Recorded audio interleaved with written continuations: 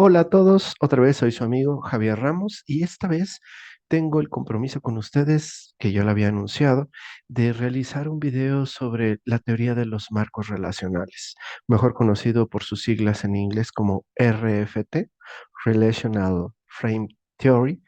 Y el objetivo de este video es porque actualmente la terapia de aceptación y compromiso ha generado mucho interés en los clínicos, pero por desgracia, además de que no hay buenas bases dentro de la mayoría de los psicólogos en los procesos de análisis experimental de la conducta, vamos a decirlo así rápidamente, conductismo, tampoco tienen buenas bases de lo que sería la teoría de los marcos relacionales.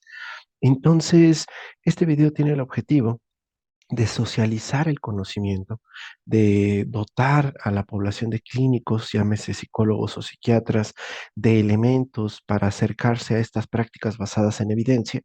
Y, y bueno, pues no hablemos más de esto y vamos a pasar a lo que es meramente importante.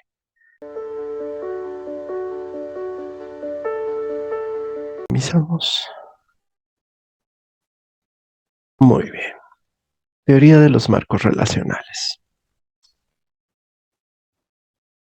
Primero abro la exposición con una cita del doctor Hates. Eso a lo que llamamos la mente humana es una manera de hablar de nuestro repertorio de marcos relacionales. Vamos a nuestra primera diapositiva. Estoy acomodando recursos que yo necesito para exponerles. Empiezo a dar lectura. Les debo decir que las diapositivas están bastante saturadas. Esto también lo hago con el motivo de que ustedes se queden con vamos a decirlo así, como un pequeño resumen. A mí en general me gusta tener diapositivas bastante ligeras, que solo contengan unos bullets de información y ya todo lo demás echármelo a capela. Pero se utiliza, esta vez va a ser unas diapositivas bastante cargadas, como lo dije, para que ustedes tengan una síntesis y también que a mí me servirán como resumen.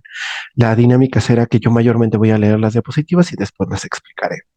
La teoría de los marcos relacionales fue inicialmente desarrollada por Dermot Barnes-Holmes y Steve Hates. Tiene como base la teoría del condicionamiento verbal de Skinner. En su libro clásico de conducta verbal, Skinner parte del conductismo radical. Ahorita es importante definir esto del conductismo radical. Desgraciadamente esta palabra ha tenido una connotación bastante negativa. Y hoy que hablemos de los marcos relacionales, vamos a decirlo más en términos de la RFT, que queda este concepto del conductismo radical, queda enclavado con una red de marcos relacionales en una comunidad socioverbal con una connotación muy negativa. Hay una transformación de funciones muy negativa. Al terminar el video entenderán a qué es a lo que me estoy refiriendo, pero es un error. Cuando se habla de conductismo radical, realmente lo que se debe de entender es que para Skinner toda la conducta humana en totalidad, era digna de ser observable, medible y estudiable. Para otros conductistas como Watson, Watson creía que solo la conducta observable, o sea, esta definición de Watson dejaba fuera lo que es los pensamientos, que vamos a decirle procesos cognitivos. Esta será la última o penúltima vez que voy a utilizar esta palabra, porque nosotros los psicólogos cognitivo-conductuales hemos utilizado referentes cognitivos para entender los procesos mentales, pero ahora con la RFT es posible entender estos procesos cognitivos más bien como formas especiales de aprendizaje. Pero bueno, entonces, ¿a qué nos referimos por conductismo radical? El estudio de la conducta total, tanto la observable como la no observable. Y es la RFT la que posibilita volver a entender o volver a entrar al conductismo radical. Bueno, en el tercer bullet de información utilizaré esto como apuntador, que creo que ustedes lo pueden ver. La teoría de Skinner no daba explicación a la generatividad lingüística. ¿Qué es eso de la generatividad lingüística? Por ahí de los años 80, 70, Skinner tuvo varios encontronazos con este señor que está aquí a la derecha, Noam Chomsky. que Chomsky arguía la teoría de Skinner. Bueno, debo decir que Chomsky es un célebre filósofo, pensador y lingüista norteamericano que estuvo en debate con Skinner porque uno de los puntos, y bastante aguda la crítica, bastante razonable la crítica que hacía Chomsky, es que la teoría del condicionamiento operante no podía explicar la generatividad lingüística. ¿Qué quiere decir la generatividad lingüística? Quiere decir que los seres humanos parece que empezamos a generar el lenguaje sin un aprendizaje. Y Chomsky también arguía que era imposible que una persona pudiera a través del condicionamiento operante tener toda la cantidad de palabras que llega a tener, porque sería imposible adquirir ese conocimiento a través del condicionamiento operante. Nos llevaríamos más de una vida en aprender todo ese conocimiento. Y en realidad, el punto de debatirle de Chomsky era plausible, era muy plausible. Hoy lo vamos a entender por qué sí era plausible y por qué realmente hasta la creación de la RFT, esta, este nuevo cuerpo de conocimiento, la teoría de los marcos relacionales, es el que viene a dar respuesta a la queja de Noah Chomsky. Bueno, en el último bullet de información, gracias a los trabajos pioneros de Murray Sittman, debe de ponerle Murray Sittman, porque hay otro psicólogo bastante importante que dentro de la psicología, que es Sittman, pero aquí nos referimos a Murray Sittman. Sabemos que el aprendizaje relacional derivado aparece bastante pronto en el repertorio conductual en la primera infancia y es responsable del pensamiento complejo y por analogía. Algo que les sugiero hacer, como ustedes lo verán, yo intentaré hacer que la presentación sea bastante digerible y lo voy a explicar paso a pasito, bien pianito, como decimos en México, pero hay algunos conceptos que me gustaría que ustedes fueran tomando nota. Van a encontrar en las diapositivas que están las palabras de distintos colores y es por la importancia que tienen. Aquí en amarillo podemos encontrar este primer concepto que lo voy a repetir en las siguientes: aprendizaje relacional derivado. Y es algo que encontró Murray Sittman, que parece que se da muy temprano en el desarrollo de la infancia. ¿Qué es esto del aprendizaje relacional derivado? Vamos a la siguiente diapositiva. La RFT ha revitalizado el análisis funcional de la conducta, permitiendo que por primera vez se aborde desde esta tradición el estudio de temáticas que antes eran exclusivas de la psicología cognitiva. Con la entrada del análisis de la conducta a la caja negra, o sea, al pensamiento y al lenguaje, es posible retomar la idea del conductismo radical propuesta por B.F. Skinner y dejar el conductismo meramente observable como lo planteaba Watson, cosa que yo había dicho en la anterior diapositiva. Los últimos avances en los estudios conductuales han llevado al descubrimiento de los condicionamientos derivados. En determinadas situaciones hay algunos condicionamientos que se dan sin necesidad de entrenamiento directo previo. ¿Qué es eso? Aunado a lo anterior, se descubrió que los animales humanos somos capaces de reaccionar a relaciones derivadas como si fueran estímulos físicos presentes. Esta diapositiva, por favor, apunten, así vayan tomando nota de este último segmento amarillo. Los seres humanos somos capaces de reaccionar a relaciones derivadas como si fueran estímulos físicos presentes. Este dato va a ser sumamente importante para la clínica y para entender la terapia de aceptación y compromiso. Y vuelve a surgir en esta diapositiva el condicionamiento derivado, la palabra del aprendizaje relacional derivado. En las siguientes 3, 4 diapositivas va a quedar claro qué es este concepto. Aquí a la derecha tenemos la foto de Dermot Barnes Holmes, que junto con el doctor Steve Hayes son los principales desarrolladores de la teoría de los marcos relacionales. Aquí encontramos la foto del doctor Murray Sittman. Murray Sittman describió cómo los niños con dificultades en el aprendizaje, debo de puntualizar que él trabajaba con poblaciones especiales para mejorar el aprendizaje y fue donde se dio cuenta de esta, de este, de esta situación a la cual llamaremos aprendizaje derivado. Sigo leyendo. Murray Sidman describió cómo los niños con dificultades en el aprendizaje podían aprender a relacionar unos estímulos con otros de una manera difícil de explicar desde los principios conocidos del condicionamiento respondiente y operante. Los participantes del estudio relacionaban ciertos estímulos incluso aunque los experimentos no establecieran contingencias entre ellos, en la forma que se había considerado necesario para que estos tipos de relaciones ocurrieran. Esto fue el inicio del estudio del aprendizaje relacional derivado. En un principio se creyó que este era un tipo de aprendizaje que no parece seguir los principios de lo que conocemos como aprendizaje operante y respondiente. Sin embargo, actualmente la evidencia sugiere que la respuesta relacional derivada no es una capacidad preestablecida, como el condicionamiento respondiente u operante, sino que es aprendido y existe un amplio debate de si este proceso se encuentra mediado a través de los procesos del condicionamiento operante y respondiente. Lo que sí es seguro es que esta forma de aprendizaje no existe en animales no humanos. Conclusiones muy rápidas. Parece que esta forma de aprendizaje, que es la respuesta relacional derivada, antes, en un principio, incluso yo lo llegué a enseñar así, se creía que era una forma de aprendizaje especial que no correspondía al condicionamiento clásico y operante. Hoy lo que se sabe es que aparece muy rápido en los niños, en los párvulos, en los primeros años de vida, que parece que está mediada por una combinación del aprendizaje operante y respondiente, y también se sabe que no existe hasta la fecha. No hay evidencia de que exista en otros animales que no sean los humanos. Pero, ¿qué es esta cosa de la respuesta relacional derivada?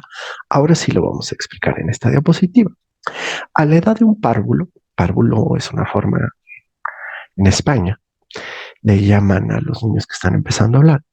A la edad de un párvulo, basta que nos digan que la palabra helado equivale a un helado real para que relacionemos rápidamente y sin esfuerzo aparente y sin entrenamiento adicional el helado real con la palabra helado.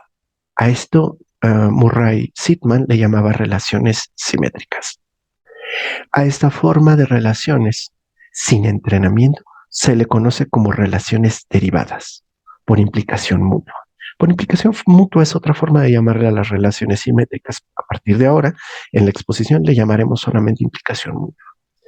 Posteriormente, con un segundo entrenamiento, se puede asociar el helado real con la palabra escrita helado y nuevamente formaríamos una relación derivada entre estos dos elementos. Y más adelante, de manera automática, se generarían relaciones derivadas entre la palabra hablada helado y la palabra escrita helado, formándose así una clase de equivalencia entre los tres estímulos que serían funcionalmente intercambiables. No están basadas en las propiedades formales de los mismos. Puntos aquí, recuerden, esto que está en amarillo, subrayen. Cada vez lo iremos explicando y va a ser más importante para las cosas que se trabajan en la clínica. Entonces resulta que estos tres estímulos, tanto el helado físico tangible como la palabra helado, ya sea hablada y audible, o la palabra helado escrita en una cartulina, serían funcionalmente intercambiables. Hoy te voy a explicar qué es eso. Y obviamente, pues sus relaciones no están basadas en las propiedades formales. Vamos a decir que tienen una relación arbitraria. Más adelante lo seguiré explicando. Vamos a este ejemplo que está en el diagrama de la derecha. Obviamente es una imagen, pero quiero que piensen en esa imagen como un helado real, un helado tangible. Cuando entonces al niño le presentamos la palabra helado y la asociamos con el helado físico, creamos una relación. Le decimos helado y señalamos el helado o le damos de probar el helado. Ahí creamos una relación que sería entre la palabra y el objeto tangible, pero de manera automática se crea una segunda relación. la relación simétrica bidireccional, que esto es lo que marca aquí. Miren, en azul tenemos las relaciones que están entrenadas y en amarillo las relaciones derivadas o no entrenadas. A partir de ahora solo las llamaré relaciones derivadas.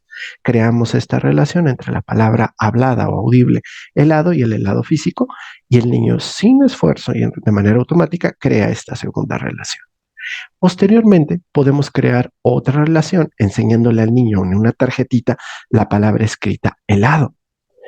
Crearemos esta segunda relación entrenada, que es la relación azul, y ¡puac! Se haría también una relación simétrica, bidireccional, donde el niño relacionaría la palabra escrita con el helado tangible.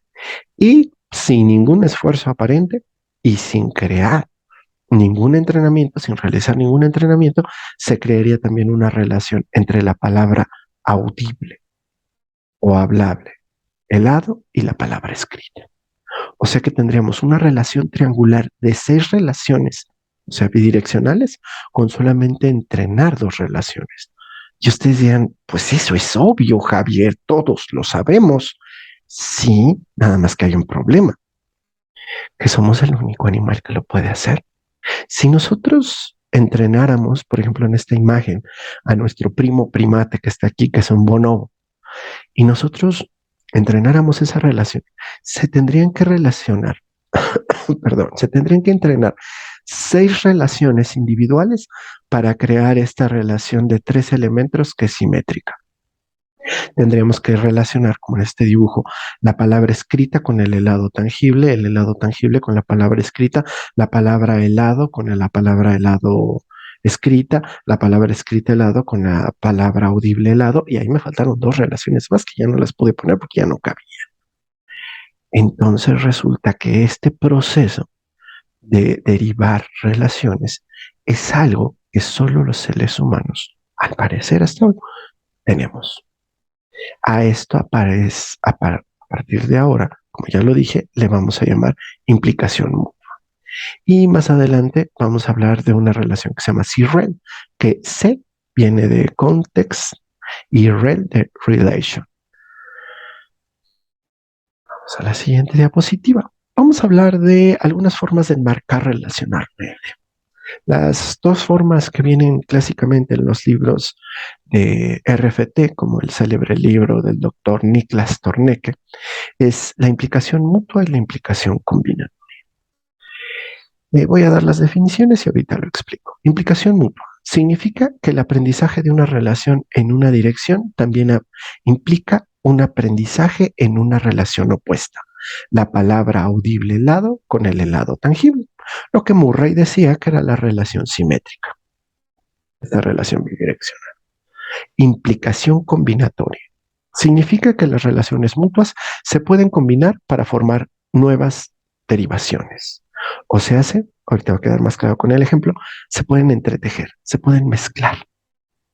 Relaciones combinatorias sería más o menos lo que sucede en esta diapositiva aquí, que aparecieron estas 2 relaciones, se combinaron sin que se hiciera el entrenamiento.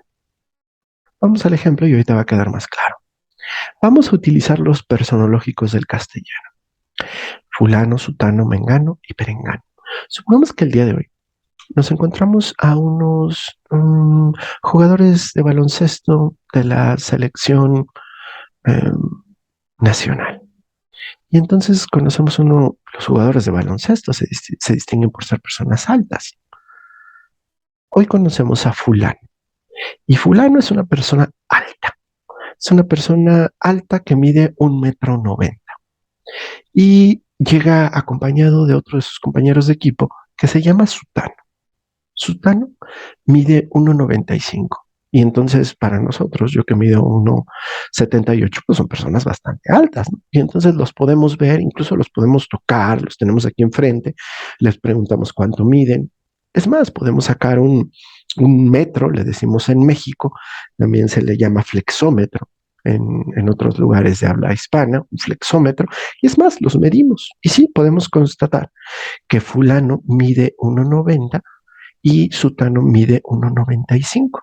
Y entonces empezamos a crear relaciones. Si decimos fulano es más alto que sutano, luego se da la relación inversa de que, eh, perdón, que sutano es más alto que fulano, entonces se da la relación inversa de manera inmediata de que fulano es más bajito, más chaparrito que sutano.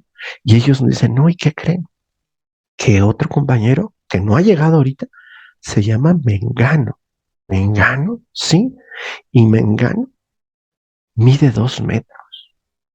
Y entonces nosotros de manera automática, nuestra cabeza empieza a crear todas estas derivadas en automático.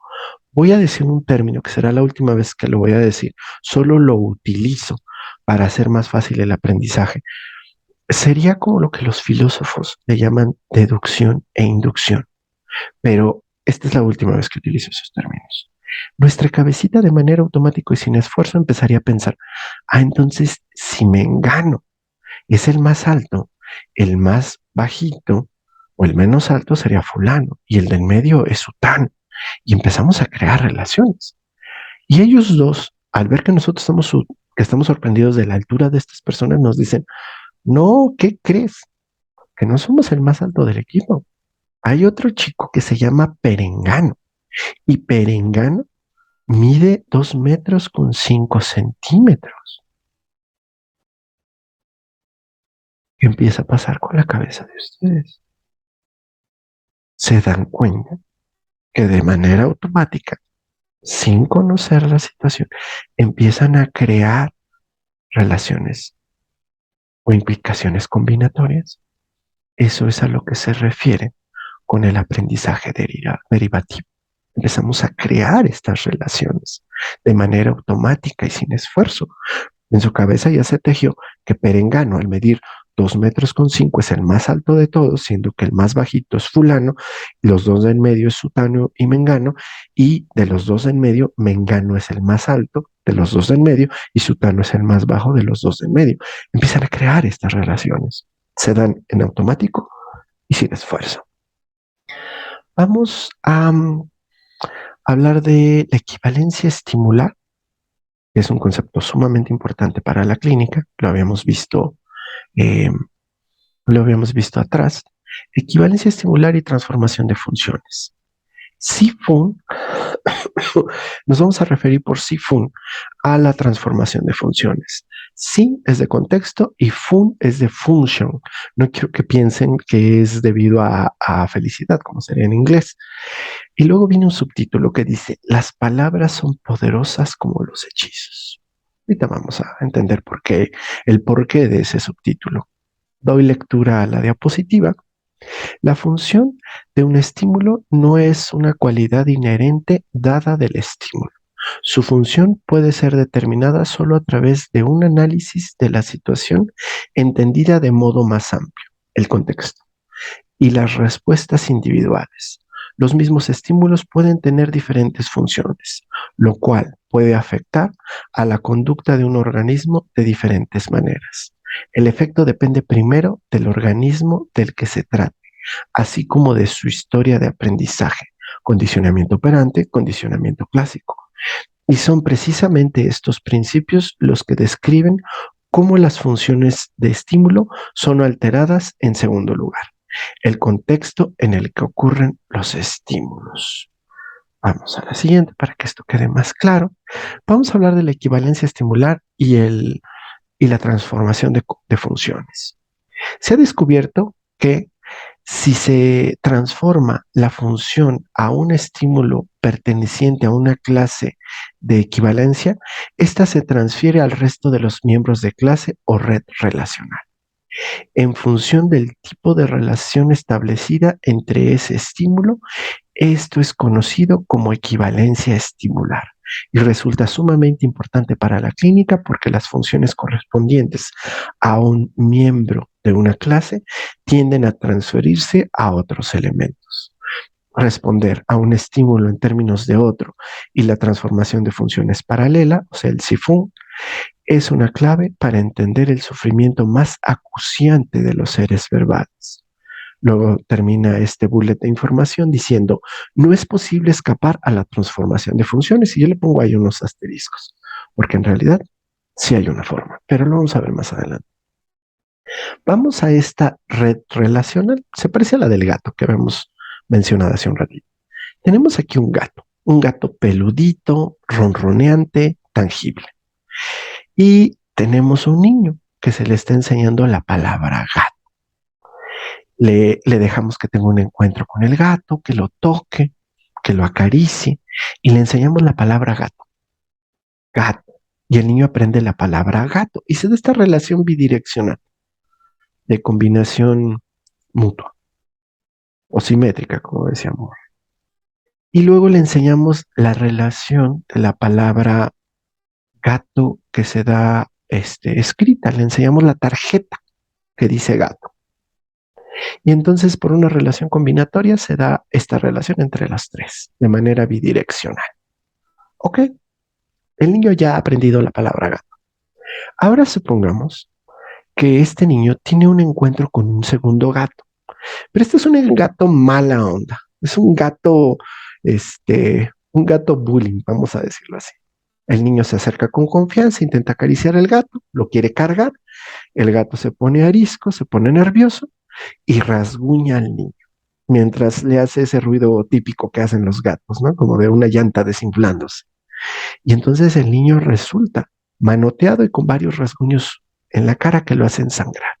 Incluso el niño se toca la cara así con con las manos y se las ve llenas de sangre. El dolor, el miedo, hacen que el niño se estrese, genera liberación de adrenalina, cortisol, se le sube la tasa cardíaca. Bueno, sucede ese evento. Ahora resulta que el niño va en la calle otro día. La mamá supo del evento con el gato, lo vio. Y entonces ya ven cómo son a veces los niños a veces son reacios a caminar rápido. Y entonces el niño está un poco necio, no quiere avanzar. Van en la calle con la mamá y la mamá le dice, ven, ándale, ya ven, ya me cansé de esperar. Y le dice la mamá, ven o te va a salir el gato. Y entonces al niño nada más escucha esa palabra, el gato no está presente. El gato no está presente. Se le eleva la tasa cardíaca, libera cortisol, adrenalina y corre a los brazos de mamá. ¿Por qué? Porque la palabra gato ha tenido una transformación de funciones por el evento aversivo con el animalito peludito y ronroneante tangible. El encuentro que tuvo con el gato tangible transformó y cambió toda la red relacional. La palabra se volvió poderosa como los hechizos. Resulta ser que entonces la palabra gato tiene equivalencia estimular a ver al mismísimo gato. Hay algo que está narrado en el DSM-4, que fue en el último que le revisé, el DSM-4-TR, habla de la posibilidad de que los niños, de que los niños puedan tener trastorno de estrés postraumático sin haber vivido el evento, simplemente porque se los hayan contado, por habérselos contado, por habérselos imaginado. Las palabras son poderosas como los hechizos. Sucede que me, me pasó una cosa muy curiosa con pareja. Dejamos la basura orgánica en un lugar del departamento donde cuando llovió se metió el agua por las celosías que hay del cuarto de lavado, y dejamos el bote, se metió el agua y entonces el bote se llenó de agua, se hizo como una especie de caldo de basura. Perdón lo desagradable que puede ser el ejemplo, pero va a ser bastante ilustrativo. Yo tontamente no me di cuenta de eso, cargo la bolsa, me dirijo hacia la puerta para ir a tirar y no me doy cuenta que se va escurriendo hasta que ya llego a la mitad de la sala. Un olor verdaderamente desagradable. Ya limpié, me molesté conmigo, recogí, aromaticé, trapié. Total, que ya había recogido eso, ¿no? Llega mi pareja y le cuento lo sucedido. Le digo, no, ¿qué crees? Que vamos a tener que cambiar el bote de basura porque llovió y se metió toda el agua. Y entonces la basura se hizo ahí como caldo y a la hora de que saqué la bolsa se escurrió todo. Cuando le cuento eso a mi pareja, empieza a tener reflejo de náusea y me dice, ay, ya cállate, guácala, me da un montón de asco eso. Y empieza a tener, la palabra es arcada, empieza a hacer, "Ugh, ah". Le digo, oye, pero si ni huele mal, ya lo limpié todo. Dice, no, ya cállate, es que eso, ese olor me da muchísimo asco. El simple hecho de escuchar la palabra le producía todo el efecto. En términos de condicionamiento clásico y operante, le elicitaba, le evocaba toda la respuesta de malestar. Entonces, eso es a lo que nos referimos por equivalencia estimular. Y eso es sumamente importante para la clínica, debido a que mucho de lo que se trabaja en la psicoterapia tiene que ver con conducta verbal, con poder hablar las cosas.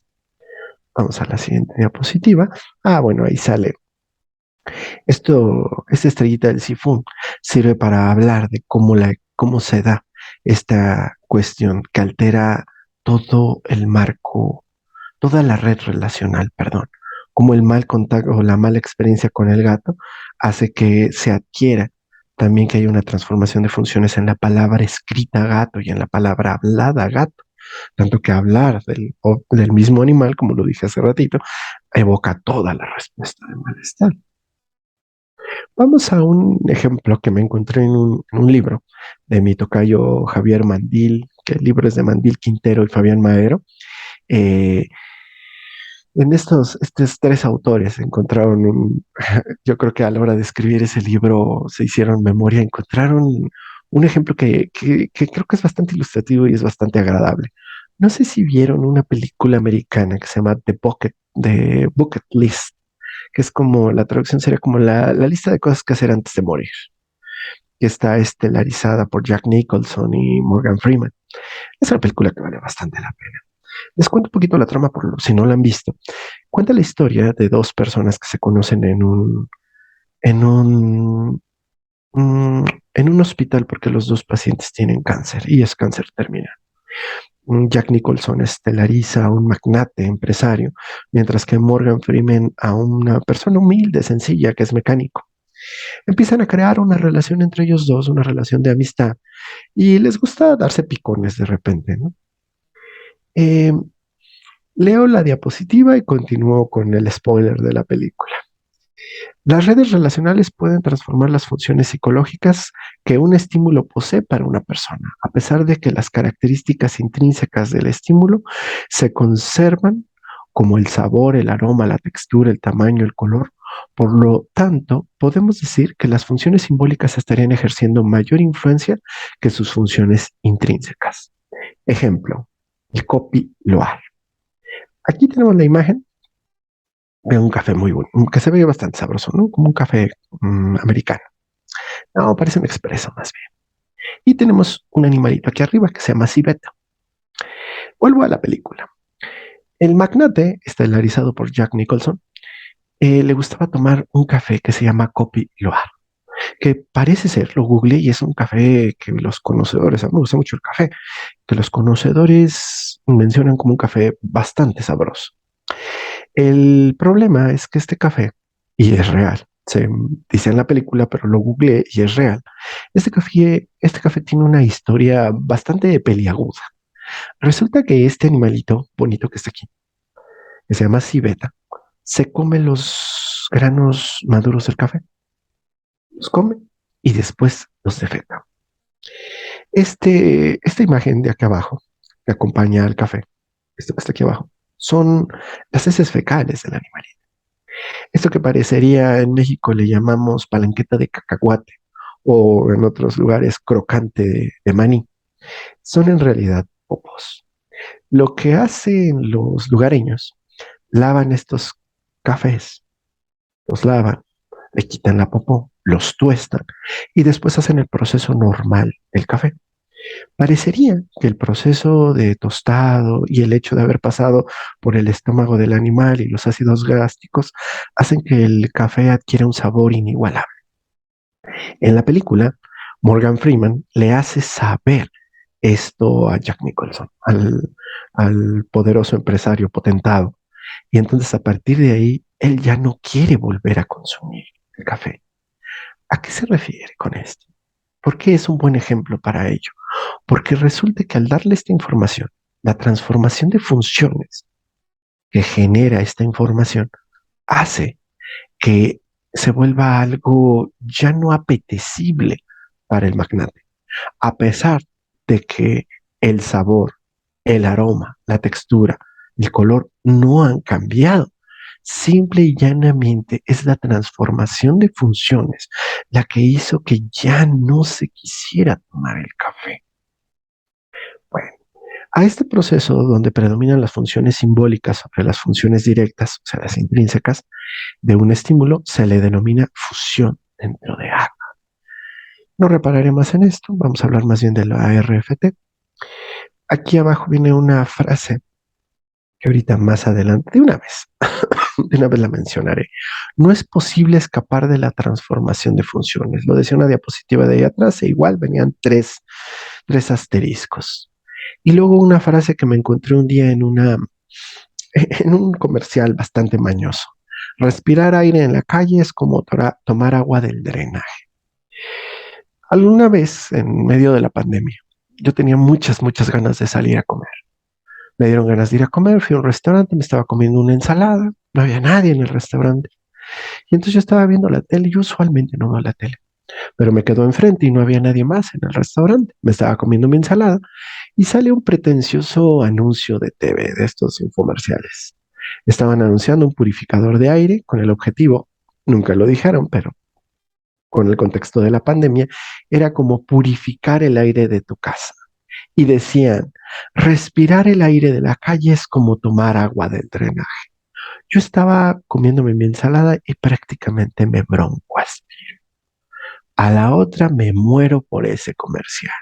Me dio una mezcla entre coraje, risa, que dije, Dios mío, esto es una tomada de pelo, son unos sinvergüenzas. Están intentando, que eso lo hacen mucho en marketing, crear a través del lenguaje transformación de funciones para que ya no sea tan apetecible algo, ¿no? Como en este caso, están generando una transformación de funciones, refiriendo, asociando, creando marcos de coordinación, vamos a decirlo así, más adelante lo vamos a entender, marcos de coordinación entre el agua del drenaje y el aire de la calle, para que tengas que comprar su aparato. Vamos a ver más adelante un proceso que se llama tracking. ¿Es posible escapar a la transformación de funciones? Sí, pero para ello es necesario tener otra habilidad que le vamos a llamar rastreo o tracking, de que nosotros seamos capaces de notar eso para ver si le hacemos caso a la conducta gobernada por reglas, que vamos a ver más adelante, o le vamos a hacer más caso a las contingencias directas. Pero ya me estoy adelantando mucho. Mejor sigamos por el orden de, de la presentación. ¿La respuesta relacional derivada puede considerarse un operante generalizada? Nos invita a pensar esto la siguiente diapositiva. En las siguientes 5 diapositivas vamos a hablar de cuál es el estado actual del entendimiento de la respuesta relacional derivada. Antes, un refresh, mejor dicho, un refresco. Por eso está la imagen de este vaso de refresco aquí. Vamos a agarrar un tema que es importante para entender lo que sigue. Vamos a regresar a nuestras clases de lo que sería bases del aprendizaje. Contingencia de 3 términos, mejor dicho, condicionamiento operante o instrumental. La probabilidad de ocurrencia de una conducta tras la aparición de un antecedente A queda regulada por las consecuencias C que la conducta obtiene, ya sean reforzantes o castigantes. Es por ello que se suscribe que las conductas quedan bajo el control de las consecuencias. En el ABC o en inglés el ABC, para describir una secuencia operante de eventos. ¿Qué es esto de la contingencia de 3 términos? Lo explico más abajo. A, que significaría eh, antecedent, se refiere, o antecedentes, se refiere a aquellas condiciones que están presentes cuando una conducta ocurre, conductas de acercamiento o conductas apetitivas. La B, que sería en español conducta, en inglés sería behavior, es la respuesta que se realiza ante los antecedentes. Esta misma es la que intentamos predecir o influenciar. Y C, que significaría consequence o consecuencias en español, son las consecuencias. El aprendizaje se da a través de ellas. Cuando incrementa la probabilidad de una conducta, a esto le llamaremos reforzamiento. Cuando disminuye la probabilidad de una conducta, será porque a esa consecuencia le llamamos castigo. Un punto sumamente importante aquí, una consecuencia necesita ser contingente sobre una conducta determinada para ejercer su función. Esto es, debe haber una relación directa entre la conducta y la consecuencia, además de proximidad temporal. ¿Qué quiere decir esto? Recuerden, cuando nos enseñaron lo que era el condicionamiento operante, surgió esta palabra que era contingente. Contingente era que para que se diera este aprendizaje de tres términos, las consecuencias de la conducta deberían de ser contingentes. ¿Qué quiere decir contingentes? Que esas consecuencias deberían de estar cercanas en proximidad temporal para que se pudiera crear la asociación. Esta era base del condicionamiento operante. ¿Por qué es sumamente importante recordarlo ahorita? Porque ahorita vamos a encontrar que la respuesta relacional derivada no tiene esta característica, pero a pesar de ello, sí es una forma de condicionamiento. Bueno, vamos a este fragmento extraído del libro del doctor Niklas Torneke. Eh, mm, es que aquí hay algo que no me deja leerla. Relacionar eventos puede considerarse un operante. Y luego viene un subtítulo que es comportamiento relacional como una operante generalizada. Leo la diapositiva. La RFT sostiene que el marco relacional o un término técnico que podríamos decirlo, respuesta relacional arbitrariamente aplicable o del inglés arbitrary applicable relational responding, es una operante generalizada que se encuentra bajo control de sus antecedentes y consecuencias, aun cuando no son estímulos continuos. ¿Qué quiere decir esto? Que como lo vimos en la presentación, bueno, en la diapositiva anterior, por recorrer, no van a tener esa contingencia como lo marca el criterio de lo que sería el condicionamiento operante. Volvemos aquí entonces. No van, aun cuando no son estímulos contiguos. El término generalizado es a menudo usado para describir una conducta operante que solo puede ser descrita en un sentido funcional y que carece completamente de descripción topográfica. Eh, Topográfica quiere decir de las propiedades físicas del estímulo. Lo vamos a explicar más adelante. Esta forma especial de relacionar está gobernada por claves contextuales que especifican la relación independientemente de las propiedades de los estímulos que están siendo relacionadas. Aunque los objetos varíen, ciertas claves contextuales permanecen siendo las mismas. Esta capacidad para relacionar basándonos en claves específicas del contexto explica cómo las relaciones pueden darse de modo indirecto, sin la existencia de aprendizaje directo, o sea, contingente. Vamos a explicarlo paso a paso. Algo que les sugiero es escriban en un cuadernito tanto las cosas que están en amarillo como las cosas que están en azul. Los puntos más importantes es entender que es un aprendizaje sin contigüidad y que está basado principalmente por una relación funcional, no por las características topográficas. Ahorita lo vamos a entender. Vamos a ir haciendo como un refresco para ir llegando, arribando eh, a lo que sería realmente un comportamiento relacional. Primero, lo voy a ir explicando y lo voy a ir leyendo. Para entender las operantes relacionales hay cosas que debemos recordar. Veamos esta palomita en la caja de aprendizaje animal o mal llamada caja de Skinner. Su condicionamiento es contingente, o sea, su aprendizaje se da por contigüidad. en tiempo y cercanía entre el estímulo y la respuesta y su consecuencia. Y sus respuestas son topográficas. Esto quiere decir que su conducta será golpear la pala o la palanca para recibir una consecuencia. Bueno, entonces ahí recuerden. Entonces teníamos a la palomita que daba un golpecito en la pala o en la palanquita y caía una pella de comida. Incluso en un programa de reforzamiento de uno igual a uno, ¿no? Un golpecito, una pella.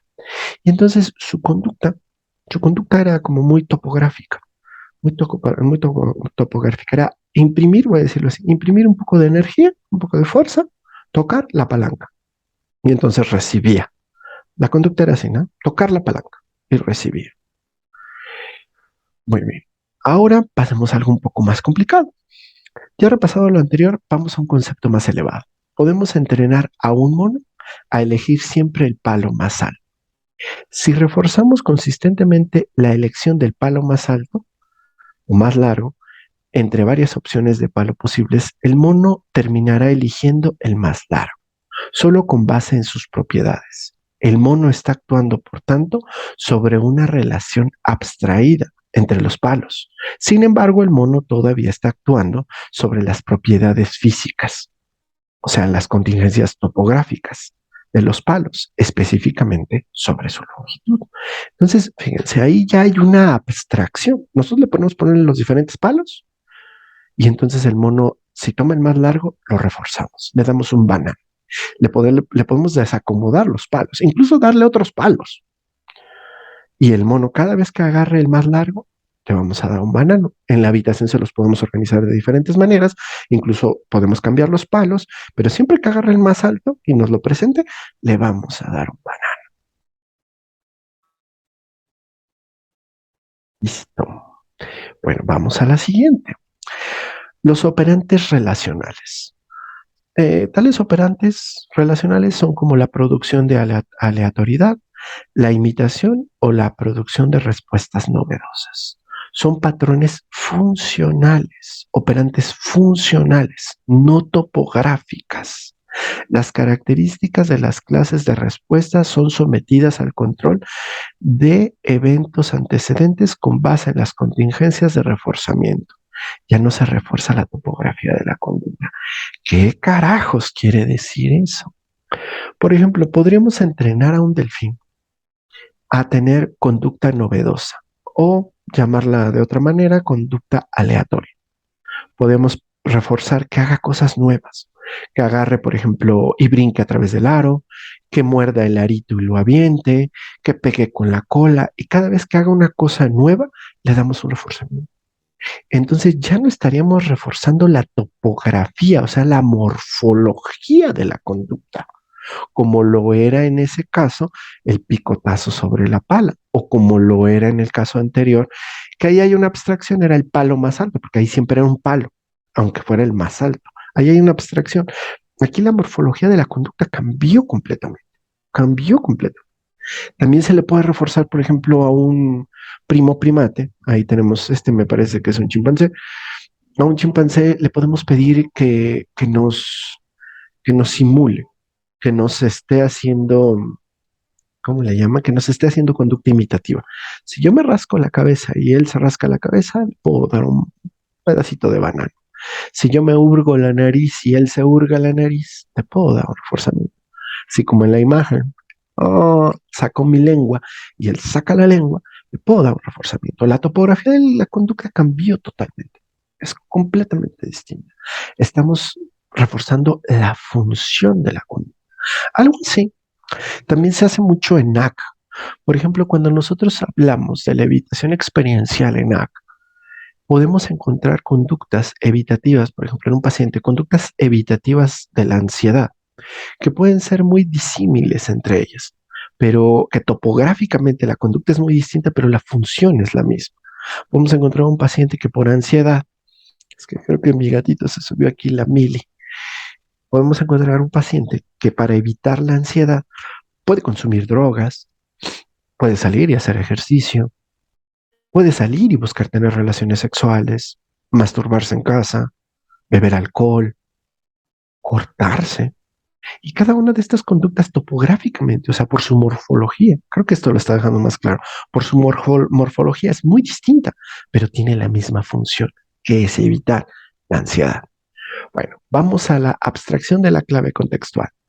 Viendo a su padre, el niño escucha, mira, aquí está tu papá. Y después aparece la pregunta, ¿dónde está papá? La conducta del niño es reforzada si se orienta hacia su padre. En este último ejemplo, no hay similitud formal entre la palabra y el objeto. Ya lo habíamos platicado y lo vamos a platicar más adelante. Es una relación arbitraria. Entonces, ¿dónde me quedé? En este último ejemplo, no hay una similitud formal entre la palabra y el objeto, pero las contingencias directas que han sido establecidas por la continua repetición y la asociación son puestas en juego y aportan una relación directa a través del aprendizaje respondiente. Después de que el niño haya visto a su padre un gran número de veces mientras de forma simultánea escucha la palabra papá, esta palabra a través del condicionamiento respondiente provocará una experiencia perceptual en el niño que es similar a realmente ver a su padre. Esto Skinner le llamaba mirar sin mirar. Me parece que se había generado tantas veces el condicionamiento que podría aparecer la imagen de papá sin estarlo viendo. Pero bueno, el punto no es ese, el punto es la abstracción de la clave contextual. La abstracción de la clave contextual. Vamos a la siguiente diapositiva y entonces las cosas quedarán aún más claras. Ahora sí, aprendizaje relacional. Es una respuesta operante resultado de un historial de reforzamiento con múltiples ejemplos que consiste en aprender a relacionar eventos condicionalmente hasta que se produce la abstracción de la clave contextual, que los relaciona y que se aplica a eventos nuevos distintos a los que permitieron la abstracción. Por ejemplo, papá. Vuelvo al punto. Entonces, al niño le enseñan la palabra papá y le muestran a su papá y le dice papá a papá. Pero también va a llegar el momento que le diga papá a mamá. Y ahí viene un aprendizaje discriminativo y le dicen, no, no es papá. Él no es tu papá, es tu mamá. Y entonces dice, papá, también viene, no sé, el señor que hace eh, de, de ser el chofer y también le dice papá, ¿no? Que puede generar un grave problema en la casa. Pero bueno, dice papá. Y entonces le dice, no, no, él no es tu papá. Y entonces empieza a tener como la clave, abstraer la clave. Le voy a poner palabras, ¿no? Como si hubiera un análisis per se, pero no es así. Pero, o sea, es un adulto que no es mamá, o sea, que parecería como que tiene una forma medio varonil, pero tampoco es el chofer. Pero también veo que mi amiguito Juan le dice papá a un señor y ese señor sí es el papá de Juan, pero no es mi papá. Y empieza a tener la abstracción de la clave selectiva, vamos a decirlo así, a través de un número muy grande de entrenamientos, debo de repetirlo. En este sentido, el aprendizaje relacional se caracteriza por relaciones derivadas entre estímulos que no estarían basadas en sus propiedades formales de los mismos, sino en claves contextuales que señalan qué tipo de relación es aplicable.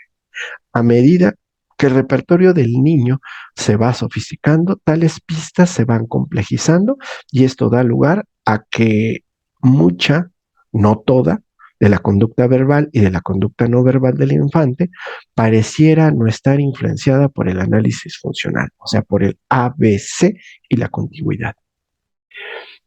Esto se debe a que queda influenciada por la conducta gobernada por reglas, que ahorita vamos a hablar más adelante de ella. Vamos a varios ejemplos. La palabra no, la palabra no, el no no existe, es completamente arbitrario. La palabra no no existe. La vamos abstrayendo. Es una clave selectiva. No existe el no, solamente se va abstrayendo. Y por ejemplo, hay una palabra que en México es una forma vulgar, un término vulgar de expresión, pero se utiliza regularmente. Y quiere decir chingón en términos del español mexicano. Chingón es una medida de muy bueno, muy grande, muy importante. Vamos a decir lo que culturalmente nos enseñan a ser muy chingones, y este es un referente para la clínica. Esa palabra no tiene una métrica, no existe un chingonómetro. Terminar la escuela es ser chingón. ponerte fuerte, tener un cuerpo torneado, ese chingón. En una mujer ser bella, ese chingón. Terminar una carrera, ese chingón. Tener un coche, es chingón. Tener una casa, bienes materiales, ese chingón. Nunca se acaba de ser chingón, nunca se alcanza, porque no existe. Y entonces si una persona ha creado una regla personal, más adelante vamos a ir viendo eso, de que tengo que ser muy chingón, nos metemos en un grave problema. O que socialmente nos ha metido la idea de ser muy chingones, porque no lo vamos a alcanzar. Es inalcanzable, porque la palabra no tiene métrica. Vamos a la siguiente diapositiva. Esta la leo, viene también del libro directamente del doctor Niklas Torneke. Más allá del condicionamiento clásico y del operante, ya lo había dicho hace ratito, antes se creía, yo incluso alguna vez así lo llegué a enseñar, que la respuesta relacionalmente derivada era una forma tercera de aprendizaje, pero hoy los investigadores están más de acuerdo en que en realidad está mediada por el condicionamiento clásico y el operante. Las primeras investigaciones encontraron que tras el aprendizaje de las primeras relaciones, estas derivaron otras relaciones y estas relaciones derivadas parecen gobernar el establecimiento de nuevas funciones de estímulo.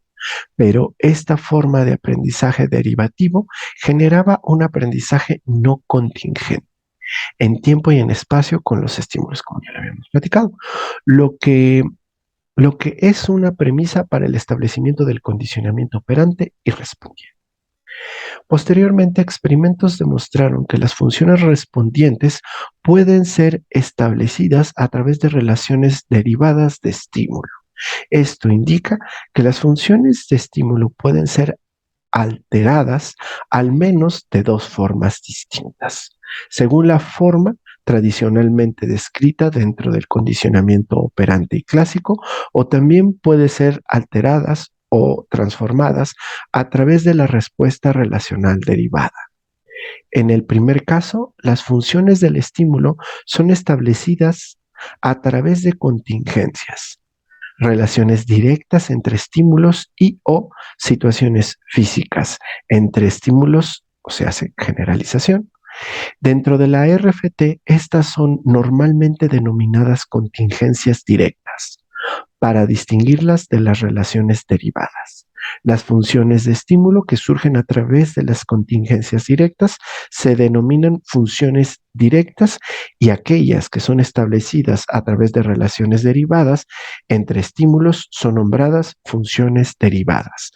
En otras palabras, a los animales humanos vamos a tener que podemos aprender a crear relaciones por contigüidad mediante el aprendizaje o el condicionamiento clásico o instrumental, pero también lo podemos hacer por funciones derivadas, que a esto le vamos a llamar más adelante mmm, aprendizaje gobernado por reglas.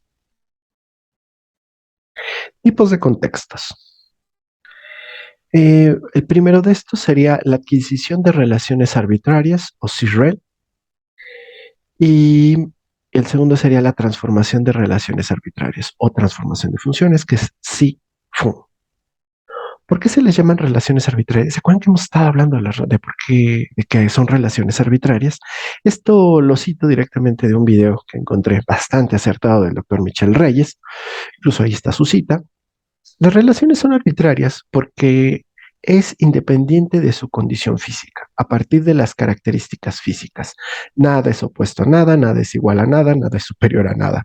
Como lo que les decía, ¿se acuerdan de la relación triangular helado, helado, helado? ¿Qué se parece un helado físico a la palabra, a la hablada, helado? ¿O qué se parece la palabra helado a la palabra escrita, helado? Son relaciones arbitrarias, no están relacionados. Nada más que como veremos más adelante, estamos tan acostumbrados a relacionarlas por la equivalencia de funciones que resulta que las damos como si fueran estímulos funcionalmente idénticos, cuando no lo son. De hecho, las palabras no dicen nada por ellas mismas. Para que tengan una función, las personas tuvieron que ser reforzadas al responder ante ellas como si se tratara de estímulos físicos reales, como si hubiera una relación formal con ellas. Seguimos con los tipos de contextos. El contexto relacional o el CREL o formación de relaciones, este alude a las claves contextuales que establecen el contexto y especifican el tipo de relación entre los eventos. Por ejemplo, si decimos que A es igual a B, la palabra igual actuaría como una clave contextual CREL, que relacionaría el tipo de relación aplicable entre A y B, marco de coordinación y de equivalencia. Vamos a los tipos de marcos relacionales o relatas, que también así se les puede conocer. Los marcos, un marco de coordinación o de equivalencia, crème glacée, es helado en francés. ¿Por qué utilizo una palabra en francés? Porque es menos probable que ustedes la conozcan. Y entonces ustedes dicen crème glacée. Oh, es helado en francés. Y tomo una relación de coordinación o equivalencia. Crème glacée es igual a helado. ¿Okay? Oposición. Blanco es opuesto de negro. Y aquí se ven las relaciones arbitrarias, ¿no? Si nosotros, y tiene que ver con toda una comunidad socioverbal. Si nosotros pensamos en blanco, está asociado en un marco, está enmarcado con pureza, calma, tranquilidad, luz, bueno, bondad. Y en cambio el negro está asociado con malo, miedo, uh, y características que principalmente son negativas en nuestro lenguaje. Y si nosotros le preguntáramos a un físico, el físico diría, para empezar, el negro no es un color. Diríamos nosotros en términos muy coloquiales, son colores opuestos. O son colores, sí, son colores opuestos, el blanco y el negro, hasta lo utilizamos como ejemplos. Es el blanco y negro de la sociedad, ¿no? O el blanco y negro de la psicoterapia. ¿Qué nos referimos con eso? Si le preguntamos a un físico, diría, para empezar, el negro no es un color, es la ausencia de color. Y el blanco, al menos en la luz, es la mezcla de todos los colores, o sea que no habría una oposición. Marco de distinción. Cosmonauta es distinto a astronauta. Es distinto, pero se parecen. Un astronauta serían los viajeros que van al espacio en Occidente, mientras que en Rusia o en Oriente serían los cosmonautas. Marcos jerárquicos. General es superior a teniente en el ejército. Eso en general nosotros no estamos muy, no somos muy conocedores de la vida militar. Entonces, general es superior a teniente en el ejército y creamos una relación, ¿no? Estos marcos de jerarquía van a ser sumamente importantes, ya lo veremos más adelante en la exposición, porque van a ser utilizados para cuando los pacientes creen sus propias reglas personales. Estas nuevas reglas personales deben de quedar en un marco de jerarquía superior a las reglas que anteriormente tenían para que puedan ser obedecidas. Marcos temporales, esto fue antes de la era del COVID. Y un marco deíctico aquí, allá, acullá. Más adelante también lo vamos a ver con más calma porque van a ser sumamente importantes para cuando hablemos de la formación del contexto. Bueno, sigo leyendo. Por otro lado, se habla del contexto funcional o el SIFUN o la transformación de funciones, aludiendo a las claves contextuales que seleccionan funciones psicológicas no relacionales que van a ser transferidas o transformadas psicológicamente. Una vez que podemos relacionar estímulos arbitrariamente y responder a esa relación, los estímulos pueden cambiar la relación que tienen con otros. Esto es, el lenguaje permite reforzar estímulos arbitrariamente y así transformar sus funciones. Respirar aire de la calle es como tomar agua de la coladera. Oh. Ejemplo, la palabra mejor puede cumplir la función de clave contextual para relacionar un número infinito de estímulos dentro de un marco de comparación, con la correspondiente transformación de funciones que se deriva. Si decimos que el estímulo X es mejor que un estímulo Y, entonces se deriva que Y es peor que X. En este caso, se deriva un contexto relacional o CREL de oposición. Sean X y Y los estímulos que fueron sometidos a elección, lo más probable es que se elija X. Se habría creado una transformación de funciones si-fun. Las relaciones que se derivan y las funciones que se transfieren o transforman dependen del contexto particular del hablante y del oyente. de su historia y de su bagaje socioverbal. Pasamos a la siguiente. Ahora vamos a jugar un poco con la transformación de funciones en este ejemplo. Este ejemplo, en realidad, y les debo comentar, también está inspirado en un ejemplo que yo vi en un video del doctor Michel Reyes, pero yo lo adecué un poco. Les va a parecer bastante interesante, porque así como cuando hablamos de fulano, sutano, merengano, y en su cabeza se empezaron a crear, si le prestan atención, se empiezan a crear esos mismos cambios de la equivalencia de la implicación mutua y la implicación combinatoria. Aquí vamos a ver las transformaciones de funciones ante sus propias cabecitas. Bueno, si ustedes están viendo este video, es porque a ustedes les gusta la terapia cognitivo-conductual y porque también son afines a la teoría del aprendizaje, vamos a decirlo, conductismo. Entonces, si yo les digo que la terapia de aceptación y compromiso es una nueva forma de terapia basada en evidencia, que proviene también de las investigaciones que se han realizado en el campo del aprendizaje, de lo que sería el conductismo, y que representa o encabeza un nuevo campo de terapias que se llaman terapias contextuales, que estas vienen de la terapia cognitivo-conductual y que incluso se consideran una nueva corriente dentro de estas terapias o la corriente de la tercera ola.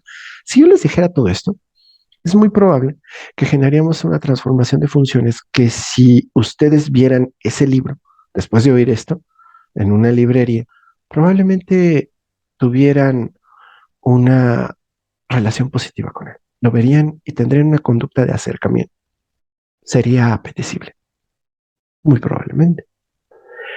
Ahora, si yo les dijera que hay otro libro que acaba de salir hace como 10 años, que se llama Psicoterapia Interpersonal, principalmente los autores son Weisman, Clerman, que este libro tiene más bien bases psicoanalíticas, humanistas y existenciales.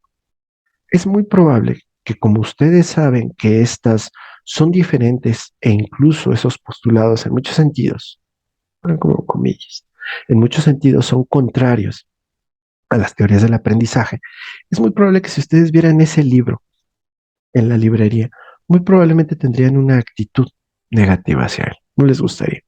¿Por qué? Porque dirían que es una relación contraria, porque son diferentes. Pero, y ahí es donde viene la verdadera transformación de funciones. Si yo les dijera que ustedes, que nosotros como psicólogos, deberemos de estar más bien basados en evidencia y que a pesar de que AC es una terapia que ha cobrado, hace poquito vi una publicación de, del mismo ACBS, donde hablaban acerca de que ya tienen cerca de 600 revisiones sistemáticas de la literatura para dar sustento a, a la evidencia clínica que tiene AC. Bueno, eso lo hace muy robusto, ¿no? O sea, tiene bastante evidencia de eficacia clínica. Sí, pero si nosotros realizamos una búsqueda pico, resulta que AC no lo es todo. Y como se los estaba diciendo yo, nosotros tenemos que ser psicólogos basados en evidencia, no psicólogos basados en, en nuestras preferencias. Ustedes dirán, a ver, Javier, espérame. Yo en realidad me denomino actualmente como un psicólogo basado en evidencia, no como un psicólogo basado, no como un miembro de la ACBS. Me denomino un practicante de terapéuticas basadas en evidencia, por eso conozco AC, pero también en hacer honor a la verdad, resulta ser, y eso casi nadie lo sabe, que esta nueva forma de terapia, la psicoterapia interpersonal, según los resultados en las búsquedas Pico, que en algún momento haré un video de esto. Las búsquedas Pico es una forma de buscar o seleccionar los tratamientos más adecuados. También resulta ser que este tipo de terapia, la psicoterapia interpersonal, tiene un gran bagaje de evidencia de eficacia clínica. E incluso, esto lo sé, porque yo hice mi doctorado como temática de la depresión y a la hora de estar buscando en las bases de datos, encontré esta forma de terapia que yo no conozco, pero tengo que hablar de ella. ¿Por qué? Porque soy un psicólogo basado en evidencia y resulta ser que para el tratamiento de la depresión recurrente tiene al menos para el 2020 o el 2021, que fue la última vez que chequé, tiene mejores niveles de evidencia que ACT. A ver, Javier, ¿qué es lo que nos estás diciendo? Sí, nosotros tenemos que ser psicólogos basados en evidencia. Si un día resulta, si un día resulta que las terapias, que una combinación entre la teoría del apego de Bowlby y las neurociencias vinieron a dar la cuarta generación de terapia y que estos tienen evidencia robusta, un poder de eficacia, un poder, dimensiones de potencia, de eficacia clínica sólidos, mayores a la terapia interpersonal y AC. Los que somos psicólogos basados en evidencia nos tendremos que mover hacia allá. Algo que siempre les digo a todos mis estudiantes, a mis alumnos, a mis colegas, es que nosotros no somos militares. Nosotros no somos militantes de una terapia. Nosotros somos usuarios. Claro que a veces hacemos investigación, pero no nos casamos con nuestro objeto de estudio. Nosotros no somos militares, no tomamos una bandera. Nosotros somos como Boy Scouts. Vamos, hacemos un mapa y vemos el terreno. Entonces, después de entender que la terapia interpersonal es una forma de psicoterapia que también tiene bastante evidencia de eficacia clínica para el tratamiento de la depresión, es muy probable que estos comentarios ejerzan una transformación de funciones. Y su actitud, si lo encuentran en una librería, cambie y se convierta en una actitud positiva. Ahora, ¿para qué les digo también esto? Una invitación que siempre les hago a todos. A pesar de que, como yo lo dije al inicio de este video, yo siempre les sugiero que estemos basados en evidencia y les estoy enseñando la teoría de los marcos relacionales para que ustedes tengan bases sólidas para entender acá. Pero siempre los invito a que ustedes sean críticos y que busquen. Si una persona dice que está lloviendo y la otra dice que no está lloviendo, la realidad es que ustedes tienen que salir y ver si está lloviendo y que siempre estén con ese ánimo como de un niño, de querer aprender a aprender cosas. Más adelante, ¿se acuerdan que les había dicho esta cuestión de acerca del comercial, ¿no? De respirar aire de la calle es como tomar agua de la coladera. Y les dije que hay un proceso que se llama traching, que vamos a ver más adelante. El tracking es buscar las contingencias, saborear las contingencias. Yo lo que les diría es, no me crean a mí. Para checar esto de la terapia interpersonal, vayan y realicen una búsqueda pico. Chequen en las bases de datos de Cochrane, de PubMed, y van a encontrar lo que les estoy diciendo. Más adelante haré un video acerca de ello. Bueno, no nos perdemos más en esto y vamos a la siguiente. Es que me hice un poquito para atrás para esto. Ahí está. Tendré una actitud positiva hacia esto, ¿no? ¿Qué es un marco relacional? Las respuestas relacionales que tienen las propiedades descritas de reversibilidad, que son combinables entre sí y que llevan a una transformación de estímulos, son denominadas marcos relacionales. Y la RFT sostiene que son la base de nuestras habilidades simbólicas. La existencia de distintos tipos de relaciones permite que un estímulo determinado forme parte de múltiples relaciones simultáneamente. Un gato, por ejemplo, puede estar en una relación de coordinación con la palabra menino, a la vez que en una relación jerárquica inferior con la palabra león, y ambos en una relación de filiación con la palabra felinos. Esta relación Esta, estas redes de relaciones pueden transformar la función psicológica que un estímulo posee para una persona. Esta última parte, ¿no? Estas redes relacionales pueden transformar la función psicológica que un estímulo posee para una persona. Imagínense que a un niño, al niño del gato, al niño traumatizado con el gato, le dicen, no, y si te espanta el gato, deja que conozcas al león. El león es como un gato, pero grandote. No, hombre, ¿qué le va a pasar al niño con eso? Bueno, tomemos nuevamente el ejemplo del copy loar, donde las funciones simbólicas estarían ejerciendo sobre la conducta de la persona mayor influencia que sus funciones directas. Este es el proceso denominado ENAC fusión. Un punto ahí bien importante. Este es un curso acerca de la RFT, no voy a agarrar tantas cosas de AC, pero mucho de lo que se trabaja en AC es exactamente eso.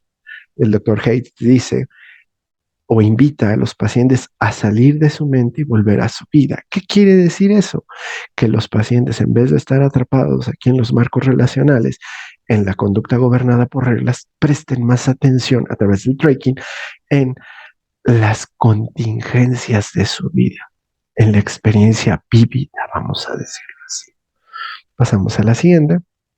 Formación de relaciones inadecuadas. Esto es sumamente importante para la clínica. Consecuencias deleterias del lenguaje. ¿Qué quiere decir deleterio? La posibilidad de morir envenenado. Si sustituimos la palabra deleterio por eso, las consecuencias o las posibilidades de morir envenenado del lenguaje.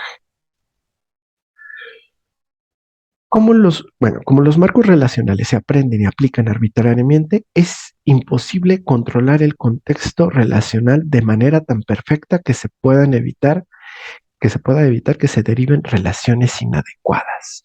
Esto es debido a que cualquier estímulo que sea verbal puede producir conducta relacional derivada y transferencia o transformación de funciones por su relación con otros estímulos. Relaciones inadecuadas. Existe evidencia sobre el surgimiento de pensamientos, emociones, recuerdos a través de vías derivadas. Pensamos en la importancia que tiene para la clínica este fenómeno. Es un ejemplo de mi propia inspiración, de mi propia vida, ¿no? Pero que cuando yo leía acerca de esto dije, eso fue lo que sucedió cuando yo era niño. Cuando yo era niño, en 1989, salió una película de Batman en la cual era estelarizado el papel de Batman por Michael Keaton.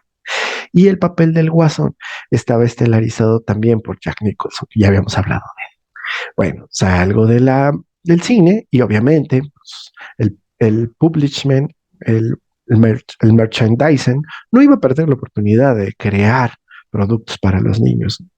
Saliendo había un montón de refrigeradores de Holanda, yo fui al cine con unos amiguitos y entonces me acerco, quiero una paleta y me dice la señorita, ¿qué paleta quieres? ¿Quieres la del Guasón o la de Batman? Y yo en mi cabeza, así como el meme de la persona que empieza a hacer cálculos, pues obviamente, quiero la paleta buena, quiero la paleta chingona, quiero la paleta de Batman, ¿cómo me ofrece usted la del Guasón? Saco mi paleta, me la enchufo en la boca, yo no sabía que el morado tenía sabor. Volteo y mi amigo se estaba comiendo una paleta de color rosa, como fuchsia. Y me pregunta mi amigo, ¿qué tal está tu paleta? Y yo, la mía está regacha. ¿Y la tuya? Dice, yo me compré la del Guasón, está buenísima. Y entonces ahora sí, el meme, ¿no? De las figuras, de las combinaciones. Tiempo. Ahí Fer pone ese meme ahí en la imagen. Así, meme así. O incluso a ver si puedes conseguir las transparencias de ese, lo pones. 3, 2, 1. Y entonces mi cabeza estaba haciendo todos esos cálculos. Pero si el bueno era Batman y el chingón era Batman, ¿por qué la paleta buena es la del guasoncito? Entonces, había creado una relación inadecuada, una relación que no tenía sentido. Y piensen que este es un ejemplo inocuo. Ahorita más adelante vamos a ver un montón de situaciones donde la gente le genera un montón de malestar, este tipo de relaciones. Bien, vamos a ver este ejemplo de la creación de una relación inadecuada debido al contexto socioverbal que existe en la vida cotidiana, en el vox pop, vamos a decirlo así. Ejemplo de redes relacionales existentes en nuestro contexto social relacionadas con la palabra cáncer. Piénsese en los efectos traumáticos que puede tener el diagnóstico de cáncer, cuando se establece una relación de coordinación entre yo cáncer. Según esta red relacional, cáncer estaría en una relación de coordinación con muerte y enfermedad, que a su vez estarían coordinados con otros tantos estímulos verbales y que serían lo opuesto a vida y salud, respectivamente, que a su vez estarían coordinados con otros estímulos verbales, con funciones relacionales y no relacionales que pueden ser valoradas como negativas. Las asociadas a muerte y enfermedad, o como positivas, las asociadas a vida y salud. y que finalmente estarían transformadas y aplicables a la persona diagnosticada. Cuando a mí me toca hacer la maestría, yo tengo una maestría en un ámbito de la psicología, que en realidad es un campo interdisciplinario que se llama medicina conductual. Me toca trabajar con pacientes oncológicos. Y entonces el paciente oía el diagnóstico de cáncer. Cáncer igual a muerte. Había una relación entre estas dos palabras, una relación de coordinación. Cáncer igual a muerte. Ahora imagínense, yo igual a cáncer igual a muerte. Entonces esto traía un montón de repercusiones en el ánimo del paciente, incluso un montón de repercusiones conductuales en la forma en la que el paciente se veía, se trataba o cómo él mismo se acercaba a los tratamientos.